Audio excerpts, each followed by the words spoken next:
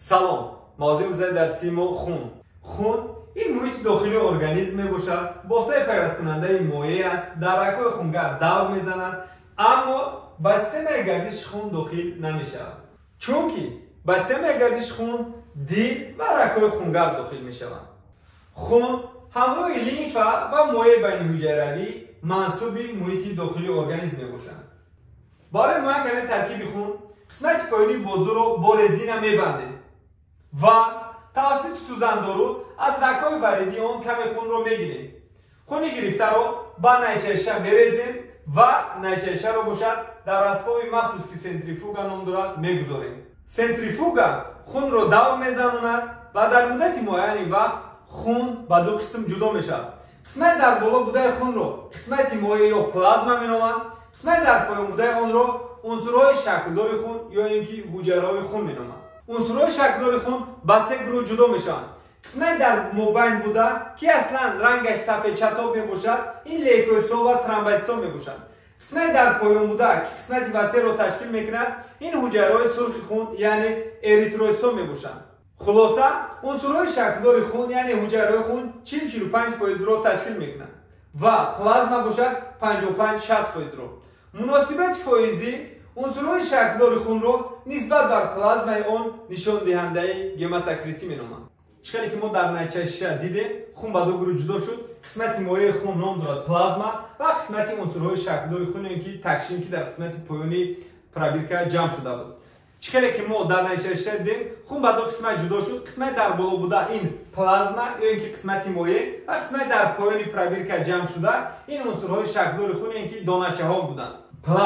پلازما در نهایت خود به دو قسم جدا می شود، آب و ماده خشک. ماده خشک باشد در نهایت خود به دو گروه جدا می شود، ماده غیر ارگانیکی الکترولیت ها و ماده ارگانیکی. با ماده غیر ارگانیکی الکترولیت ها دو گروه ماده ها داخل میشن، کاتیون ها و انیون ها. با کاتیون ها داخل میشد کلی، ناتری، کلسی و غیره. با انیون ها باشد خلور، باقی مانده اکسیدات کربنات و باقی مانده اکسیدات فسفر. این چنین دیگر الکترولیت ها رو ما در ترکیب پلازما دیده میتوانیم. ماده ارگانیکی باشد، با ماده ارگانیکی سفیده ها، چرب ها و کربوهیدرات ها داخل میشن.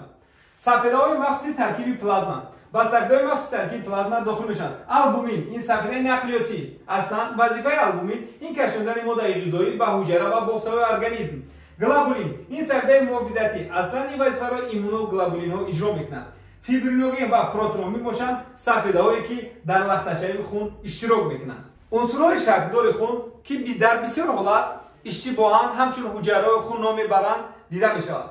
ببینید که ما حقوق عنصرهای شکلدار خون را حجره گفتن نداریم، زیرا که در اینجا ترومبوسیت همچون حجره شناخته نمیشود. ترومبوسیت‌ها این لوحچه‌های خون میباشند که از حساب مگاکاریوسیت‌های مغز سرخ استخوان حاصل میشن. اصلا وسیله لخته‌شوی خون را اجرا میکنند، اما لوحچه میباشند، همچون حجره شناخته نمیشود. در خاطر نگاه دارید.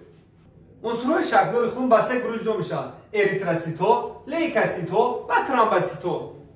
لیکوسیت‌ها باشد در نهایت خود به دو گروه جدا میشن: لیکوسیت‌های دانه‌دار و گرانولیری، بدانه باشد اگرانولیری. لیکوسیت‌های دانه‌دار و گرانولیری به سه گروه جدا میشن: ایزنوفیل، نیتروفیل و بازوفیل. ایزنوفیل‌ها در محیط اکسیداتیو فعالیت میکنند. نیتروفیل باشد در محیط نیترال فعالیت میکنند. بازوفیل باشد در محیط اشقوری. اگرانولیری باشد بدانه به دو گروه جدا میشن: لیمفوسیت‌ها و مونوسیت‌ها. لیمفوسیت‌ها باشد در نهایت خود به دو گروه میشن: ب لیمفوسیت و ت لیمفوسیت. چیزی که ما گفتیم گرانولیری و اگرانولیری. در لیکوسیت‌های گرانولیریش ما ببینید دانه‌چه‌ها رو می‌بینید، گرانولا در داخل سیتوپلازمای آنها گرانولا این دانه‌چه‌ها رو دیده میتوانید. در اگرانولیری باشد چنین دانه‌چه‌ها دیده نمیشود. در قسمت نهایی موضوع ما وظیفه خون رو دیده میبریم. خون یک چند وظیفه رو اجرا میکنه. یکم، وقتی که خون اکسیژن رو از شش به بافته و حجره برده میرساند و از حجره و بافته دو اکسید کربن رو به شش میآورد، در این مورد خون وظیفه نفس کشی رو اجرا میکنه که نقش اساسی رو در اینجا اریتروسیت‌های خون میبازند.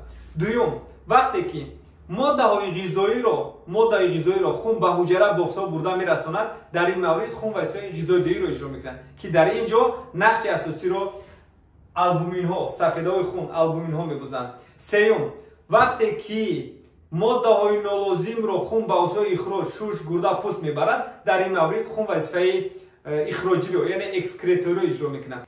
چهارم، هنگامی که به ارگانیسم ویروس و باکتری وارد میشود، در این مورد ایمونوگلوبولین ها و لیوکوسیت های خون ارگانیسم رو از جسم‌های بیگانه محافظت میکنند. در این مورد خون وظیفه محافظتی رو اجرا میکنند. پنجم، وقتی که از عضوهای گرمی حاصل کننده گرمی رو خون به تمام عضو بافتاب ما برده پهن میکنند، در این مورد خون وظیفه تنظیم گرمی یا اینکه ترمو رگولاتور رو اجرا میکنند. ششم، وقتی که خون موازنیت آب و نمک‌های مینرالی، کیسلاتگی و اشخوری ارگانیسم رو به نظام می‌دارد، در این مورد خون وظیفه گومیوستاتیکی رو اجرا می‌کند. تشکر، با دقتتون.